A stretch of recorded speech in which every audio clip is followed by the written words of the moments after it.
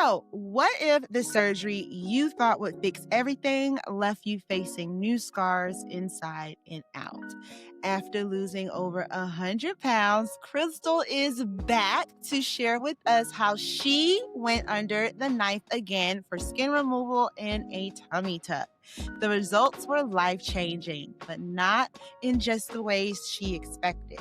Because behind the before and after photos lies a truth that most people never talk about until now. So, welcome, Crystal. Let's jump right in. Welcome back to Bariatric Paths, where we have real conversations about weight loss, the bariatric journey, and the mindset shifts that come with it. If you're new here, I'm Jatoya, and this space is for people navigating any weight loss journey in real life. Let's get into today's episode. And how have you been since the last time we've seen you? Oh my goodness. Everything has just changed so much. Like with the skin removal, the tummy tuck, like life has literally changed in a great way, in a fantastic way. But I'm very thankful to have had that opportunity to get the skin removal done, definitely. Yeah, so after everything you've been through with the bariatric surgery, and if you recall, you had complications from that Mhm. procedure, what made you say, okay, I'm doing this again, I'm getting the skin removal? Oh girl. So it was definitely it was definitely something that I had to think about because the my biggest concern was having complications again. Because those complications from the VSG surgery, it definitely did something to me and I was so worried about it. But I knew I wanted to get it done because like I talked about before, you lose I lost 140 pounds and you think that that's going to be like, okay, that's going to help everything. That's going to change your life.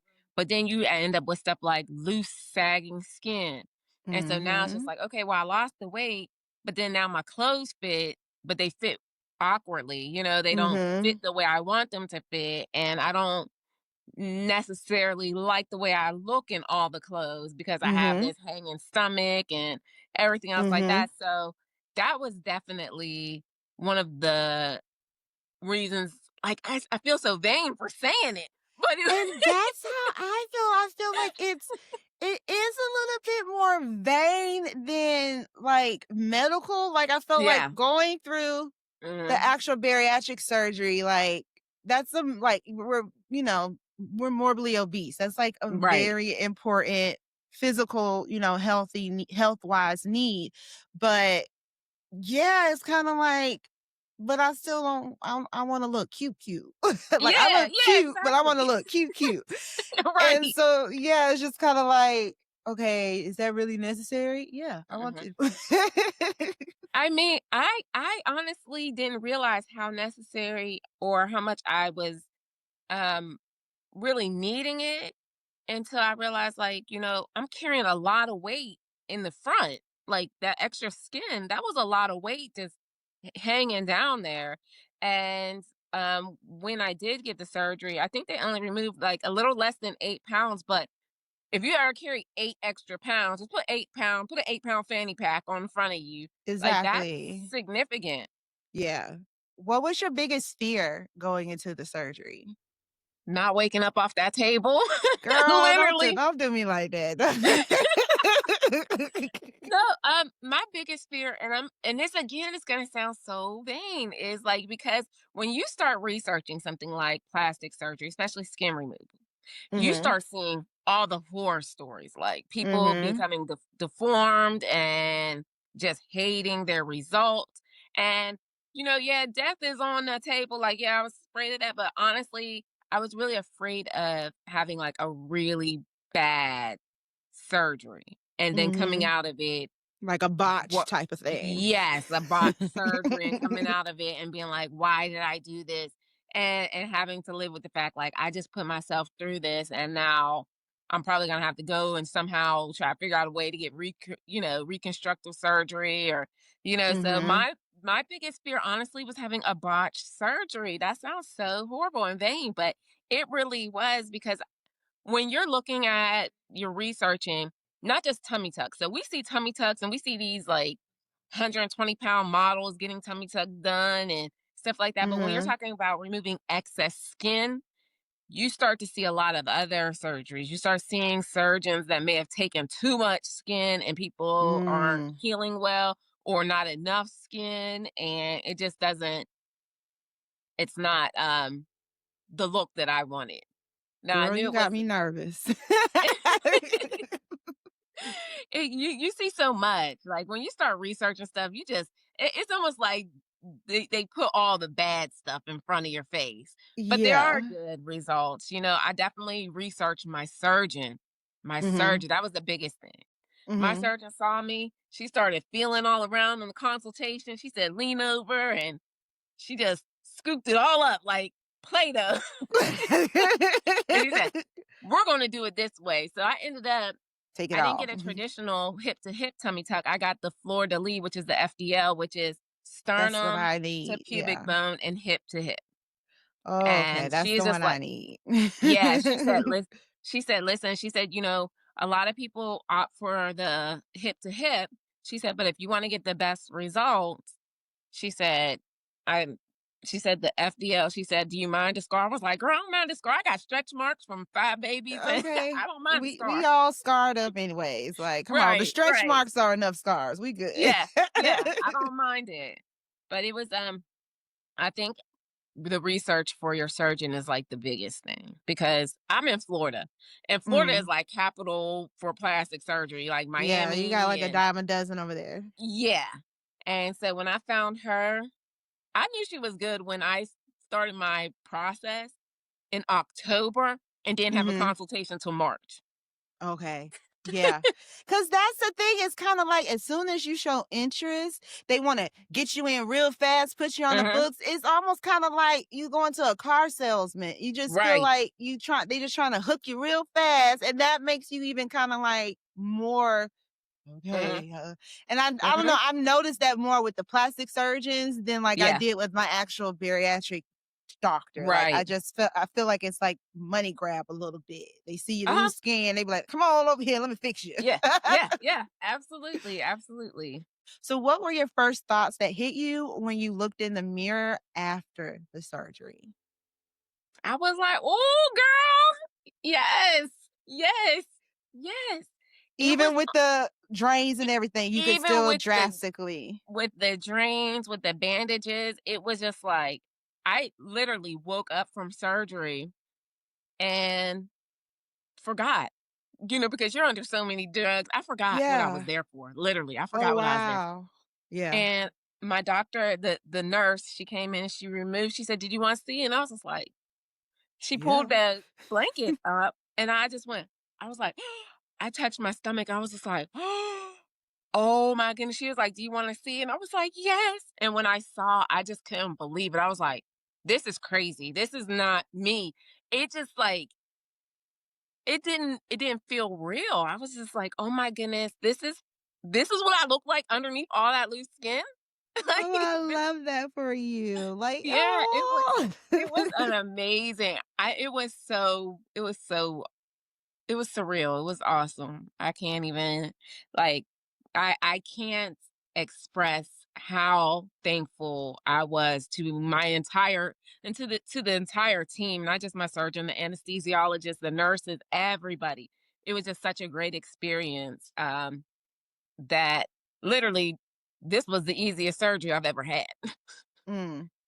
Do Yeah. you feel like it not necessarily ended, but do you feel like your weight loss journey is more complete now since the surgery? Like you're not as trying to like chase this, imaginary goal line? Right. What? That's funny that you say that because it kind of did. It was almost like, okay, this is the cherry on top. This is Mhm. the cherry on top. This is what I kind of needed because Maintenance is hard. yeah, maintenance is hard. Like I'm not even gonna lie about that. Maintenance is extremely rough. But for me, when I got the tummy tuck, skin removal, it was almost as if like, okay, this is real. You're going to stick with this because you just did all of this work on your body. This Mhm. you have to stick with it. You have to maintain, you have to keep your weight together. And I saw all the work. It's crazy because you lose 140 pounds. Of course, like I'm no longer size 24 anymore.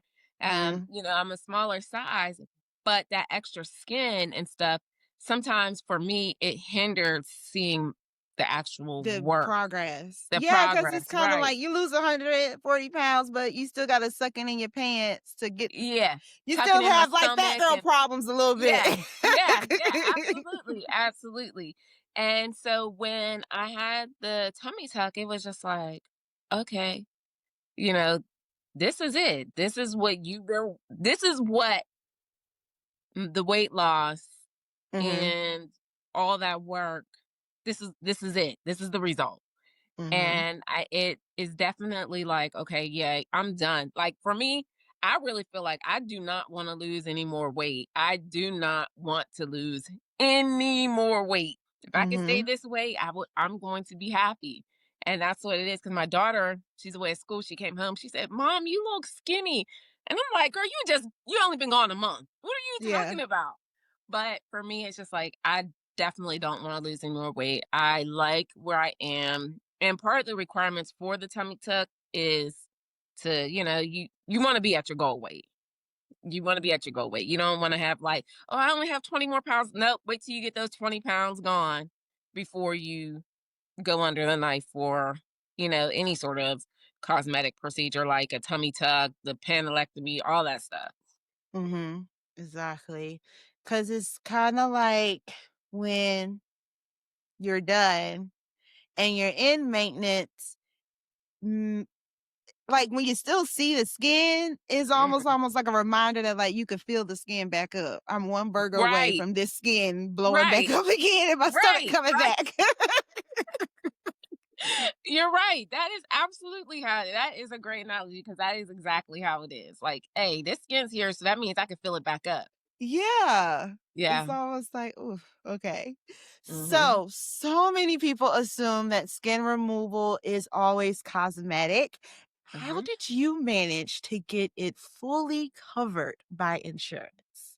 Okay, so this is the long story. I knew once I decided, okay, this is something I wanted to pursue the skin removal because I was just looking skin removal. I was like panelectomy. Okay, so first thing I did was contact my insurance company and I asked them. And this is going to be funny because I did this last year, right? Mhm. I asked them, is this something that my insurance will cover? Mhm. They said, yes, if it's medically necessary, we will cover it. At my consultation, my doctor was telling me, she said, in order for this to be considered medically necessary, you have to have rash or, some sort of irritation underneath your stomach. You have to have a prescription for at least 3 months, so 90 days of prescription. So I went to my doctor. I was like, "Hey, listen, because I was getting a rash underneath there, underneath my stomach. It wasn't as severe as some people's rashes that they see that I've seen, but I still went to my doctor and I said, "Hey, I need a prescription." So it has to be a prescription rash cream. So they can't just say, "Oh, here's over counter stuff." Um, Also, you have to be at a stable weight for 6 months. That was my insurance requirement. You have to be at a stable weight for at least 6 months, and you have to be at least a year out of any sort of bariatric surgery. Mhm. So, my insurance requirements were 6 months out at a stable weight. And a stable weight is anything you can fluctuate 7 to 10 pounds. That's what they consider stable weight. Um, for my insurance. You also have to have some sort of documentation of how it affects your life. How does your loose skin affect your life? You can say, "Oh, it affects my life when I exercise. It affects my life when I'm putting on clothes. I don't like the way I look." It can affect you in the bedroom. Okay, this excess skin is affecting my love life with my partner. They want to know all of that. So these are things that you're going to So did be you have to, telling. like, fill it out a form or write a letter No, or Dear John letter no, or literally, you're gonna just talk to your primary care physician or your surgeon. Okay, So and tell it's them. and tell them like, hey, so your surgeon when you go see a plastic surgeon, who especially one who deals with insurance, because not all of them deal with insurance, they Mhm. know the questions to ask, Mhm. because they have to submit the paperwork. So my insurance didn't necessarily say, okay, your excess skin has to hang this far in order for us to cover it. That Mhm. wasn't it. My insurance didn't have those requirements. Some insurance companies do. And that's a thing. Like, there's not everybody's policy, people's policies are going to be different. But my doctor definitely extensively took several pictures. She had me hanging over the side, looking at my stomach hanging down. So even if you go to your doctor and say, hey, Dr. X, Y, and Z, I'm having a rash, I need a prescription, then you do that, okay? Because they have to have that documented. And it doesn't Also, necessarily have to come from your plastic surgeon. The no. rash, you can go to just like your general Yeah, practitioner. you can go to your general doctor, go to your primary care doctor and, explain to them, hey, listen, I'm thinking about getting this skin removed. And, I'm told her why I wanted to get the skin removed. And, I'm not sure what kind of back office documentation they do, but I was very vocal about that. And I think that that's something that we have to understand as we go see our doctors and we get intimidated by our doctors sometimes, you know what I'm saying? Like, because I remember going to another doctor and asking for something, and they were like, oh, no, you don't need that, or we can give you this. And it's just like, no, this is what I need. This is what I want. And it's important for Mhm. you to voice what exactly it is. Like, advocate for yourself and say, hey, this is what I want. This is what I'm trying to get done. And this is what I need. And it's super important to advocate for yourself. But because I have a good PCP, and then I have a great plastic surgeon who I absolutely adore. They walked me through the steps that I needed. Um, the issue came into play where my husband's insurance, which was a primary, changed everything in January. So it was now no longer covered, but they didn't tell me that. Yeah, it was now a planned exclusion. You always have to, like, every January, just ask what's Yeah. going on because I feel like Yeah. they don't alert you when the No. policies change. It's No. just like, No. "Oh, it's a new year." Yeah. And it became a planned exclusion, but that's the biggest thing. Make sure the panelectomy, the tummy tuck, whatever is not a planned exclusion, because if it is, I'm not saying you can't get it approved. It's just going to be a lot of work, and sometimes your plastic surgeon doesn't have the time to go through, or they just won't go through the entire appeals process, because it's a very long process for So you appeals. had to do the appeal because Girl, no. So you what didn't have ended to up do an happening appeal? is my secondary insurance, which was my insurance, they said we'll cover it. And so then I called my, because they when you get scheduled for plastic surgery, they just schedule you. They Mhm. don't run your insurance right away. Imma They need them run to their do that insurance like, immediately. yeah, I need them to start doing that immediately. Let me know what my copay is. Yeah, they do it like a week or two before your actual procedure. And I happened to just call up there to say, hey, I haven't heard from anybody. This was a week before my surgery. I said, I haven't heard from anybody about, like, what am I supposed to be doing? Are there any other tests? They're like, oh, your surgery wasn't approved. And I was like, excuse me? My heart literally sunk, Yeah. that I was like, Ain't I nobody saw, called yeah, nobody called, me. nobody told me anything. Moments like this is why this podcast exists. So many people on a weight loss journey carry this quietly. If you want more conversation like this, subscribe and stay connected. Remember, your journey is yours. You're not alone. Let's jump back in. Was so depressed. Like, Mm, when I tell you I was so depressed, because I had been looking forward to getting the surgery done. I had bought stuff, to prepare for the surgery.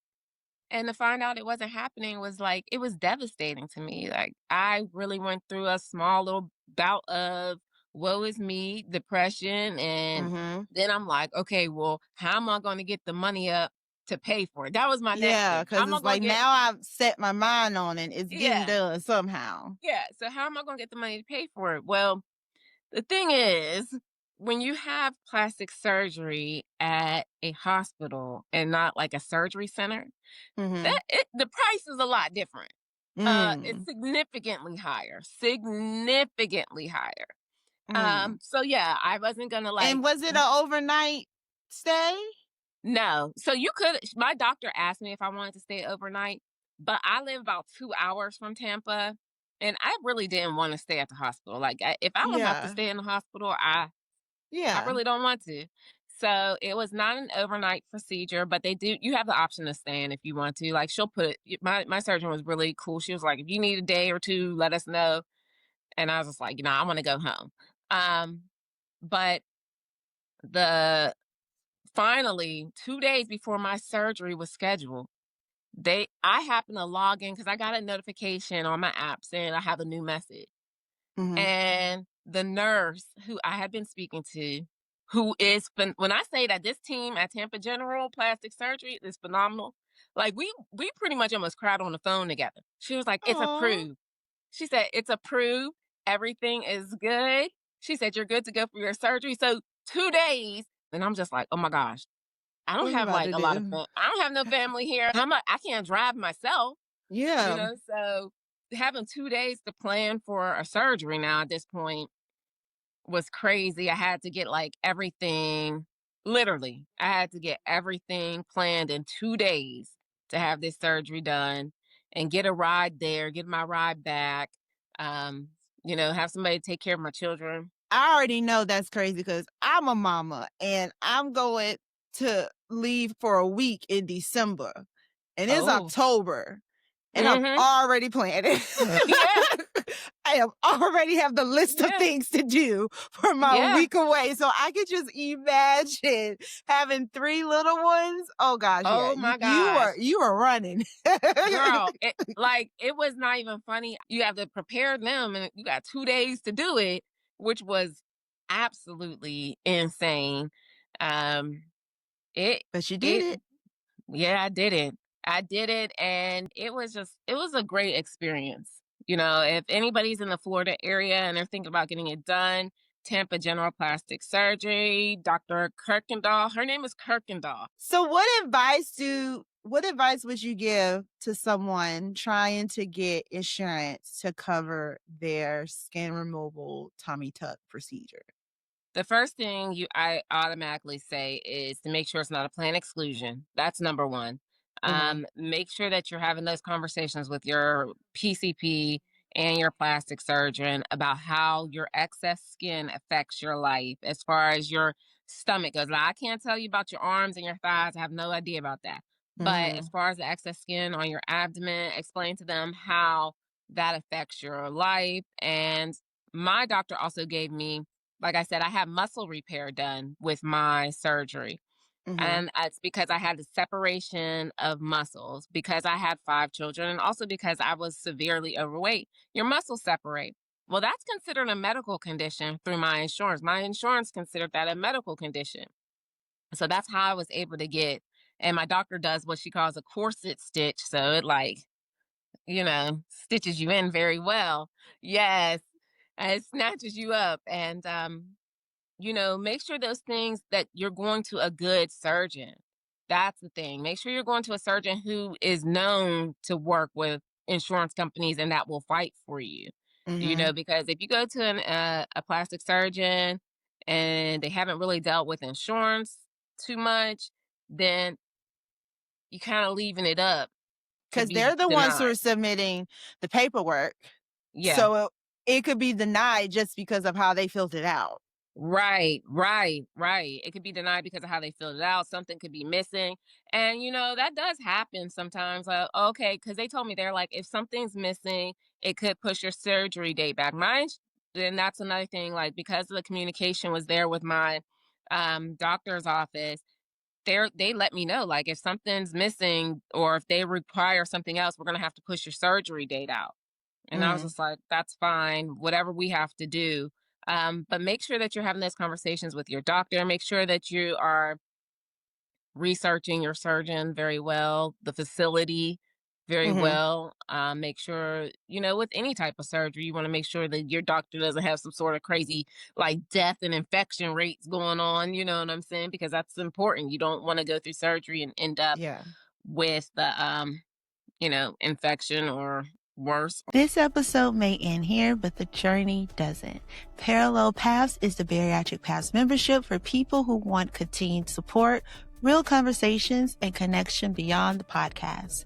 If that sounds like what you need right now, go to www.bariatricpaths.com and see if the community feels like the next right step for you. Remember, your journey is yours, but you are not alone. Go out there and crush it. Bye. This podcast is for support and inspiration only. It is not medical advice. Always talk to your doctor or care team about what's right for you.